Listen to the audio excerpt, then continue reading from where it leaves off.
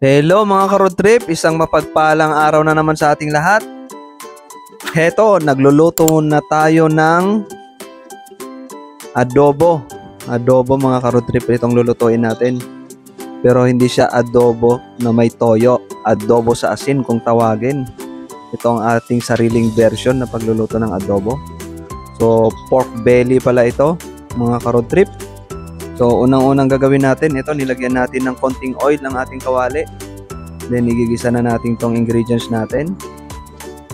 So, ito na yung ating mga ricado. Igigisa muna natin yan.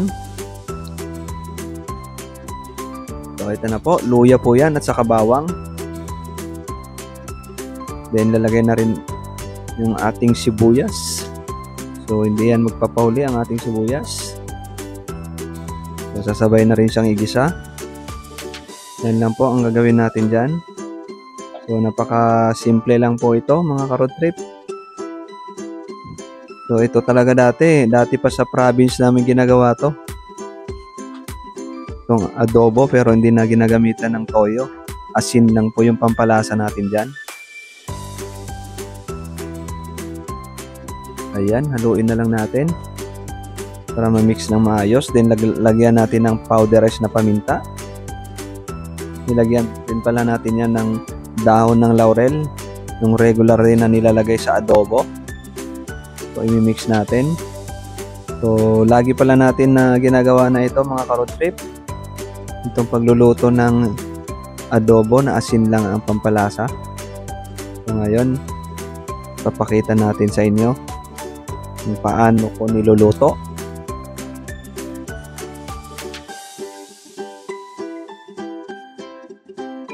So ito na nilalagay ko na yung asin. So konti-konti lang po yan. Depende kung anong alat ang gusto nyo. Pero sa akin tama lang. Hindi naman masyadong maalat kasi baka naman magkasakit tayo sa bato niyan. Kaya mas maganda tama lang. Saktong-sakto lang talaga. So ito na. Siya nga pala yung pork natin kanina. Ginawa muna natin. Pinakulan natin muna ng konti. Para at least ngayon mas mabilis na siyang lutuin.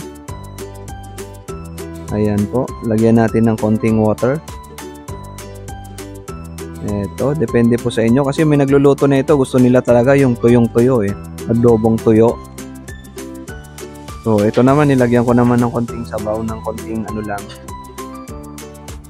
para pwede mong ilagay na topping sa kanin. Pero konting-konti lang yan, mamaya kukunti na rin yung tubig na yan. Ma-absorb na ng meat po yan mga ka-road trip.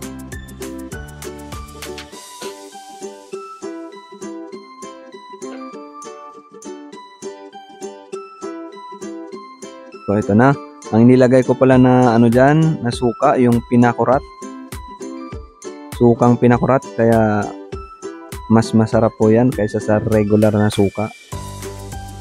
Na medyo maging maasim-asim siya konti, na may konting anghang.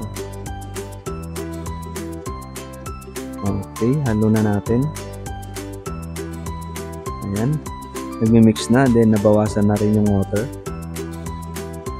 Malapit na rin yung maluto mga ka-road trip. So dito, kailangan natin kumuha ng kanin na marami kasi mapaparami tayo ng kain. So ito na. Ito na yung lagi nating nilalagay. Hindi mawawala yung sili natin na labuyo. Lab na lab natin yung labuyo na yan. Kaya andyan siya lagi. Hindi siya pwedeng mawala. Okay. Pero konti lang naman yan. Konting anghang lang.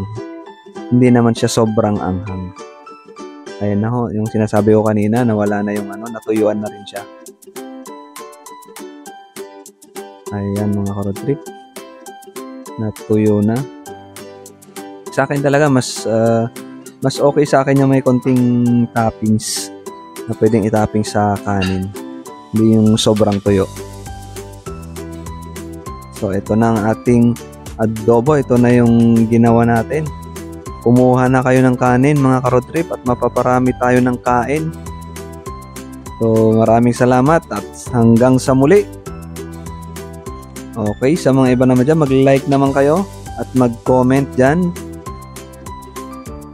Ay, my lobo, ay ipag yang it, hindi ko